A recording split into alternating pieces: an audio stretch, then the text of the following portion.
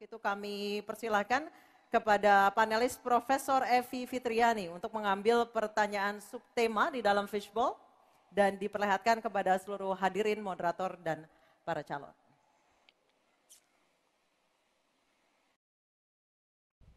Tema apa yang diambil oleh Ibu Evi? Kita lihat bersama-sama. Hubungan internasional. Baik, saya akan mengundang Ketua Panelis Profesor Hikmahanto Juwana untuk mengambil undian daftar pertanyaan dari fishbowl di sebelah kiri saya. Silakan Profesor Hik. A, B, atau C? Subtemanya hubungan internasional? C. Hubungan internasional C. Oke. Baik, kita akan lihat hubungan internasional C. Ya, baik, silakan Anissa. Masih tersegel? Masih tersegel dengan rapi. Bapak Ibu bisa melihat masih tersegel dengan rapi. Kita akan buka amplop pertanyaan sesuai dengan undian. Kami ingatkan kembali para calon presiden untuk mendengarkan dengan seksama karena pertanyaan tidak akan kami ulang. Pertanyaan untuk calon presiden nomor urut 2 Bapak Prabowo Subianto. Sebagai inisiator Dasasila Bandung 1955, Indonesia menginspirasi dunia dalam membangun kerjasama Selatan-Selatan. Pertanyaannya, apa strategi paslon untuk menyusun peta jalan yang lebih konkret dalam memperkuat kerjasama tersebut? Waktu Silakan. menjawab 2 menit Pak Prabowo, kami persilahkan. Baik, dalam hubungan internasional yang utama bagi Indonesia harus tentunya kepentingan geopolitik kita dan kepentingan ekonomi kita. Karena itu yang utama adalah kita harus memperkuat ekonomi dalam negeri Indonesia. Kita harus menjaga kekayaan kita, kita harus mengelola kekayaan kita harus hilirisasi supaya nilai tambah berpuluh-puluh kali naik. Kita kumpulkan kekuatan aset-aset dan keuangan kita sejahterakan rakyat kita, baru kita akan disegani, kita akan didengar oleh semua negara, terutama negara-negara selatan. Kita sekarang pun sudah jadi panutan bagi banyak negara di Afrika. Begitu banyak negara di Afrika sekarang melihat ke kita, datang ke kita, minta belajar dari kita. Karena kita dianggap negara selatan yang cukup berhasil. Inflasi rendah, pertumbuhan masih ada, neraca perdagangan kita bagus, surplus perdagangan mungkin 5 tahun berturut-turut, kita sekarang jadi panutan.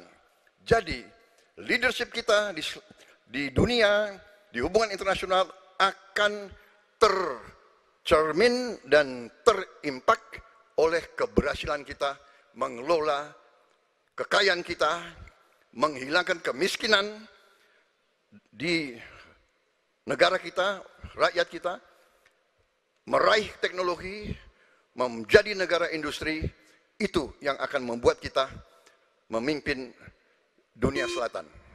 Terima kasih. Baik, terima kasih Pak Prabowo. Hadirin mohon tenang, kami persilakan kepada Pak Ganjar untuk menanggapi jawaban dari Pak Prabowo dalam waktu 1 menit dimulai saat Bapak berbicara. Kami persilakan Pak Ganjar. Selatan-selatan kita punya potensi yang hebat. Kita punya sumber daya alam yang sangat bagus.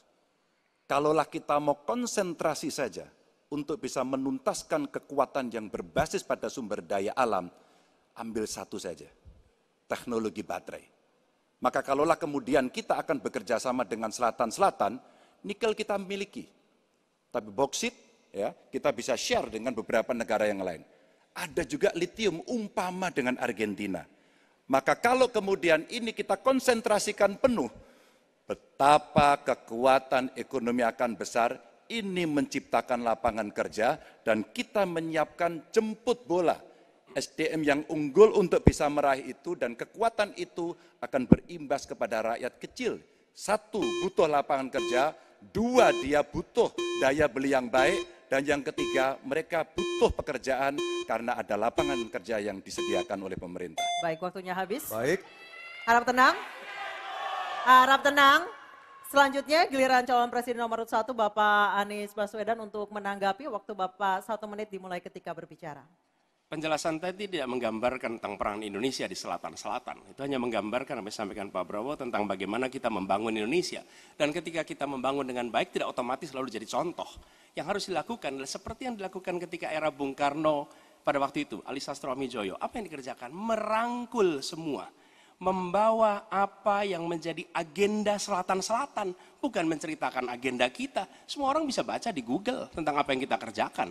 Tapi kalau kita menjangkau pemimpin-pemimpin selatan-selatan dan presiden menjadi panglima diplomasi, bukan sekedar hadir di forum-forum menjadi salah satu penonton, salah satu hadirin, tapi datang ke sana membawa ini agenda selatan-selatan. Apa misalnya? Kita berhadapan dengan climate crisis. Yang biaya untuk menghadapi climate crisis itu tinggi sekali. Dan ketika kita bicara dengan selatan-selatan, yuk kita bicara dengan utara. Bagaimana membiayai climate crisis sebagai satu kesatuan. Indonesia jadi pemimpin selatan-selatan. Baik, tenang. Hadirin kita harap tenang. Kembali kami berikan kesempatan kepada Bapak Prabowo untuk menyampaikan tanggapannya atas jawaban dari 2 capres sebelumnya. Kami persilakan Pak dalam waktu 1 menit. Saya kok banyak setuju dengan Pak Ganjar ya.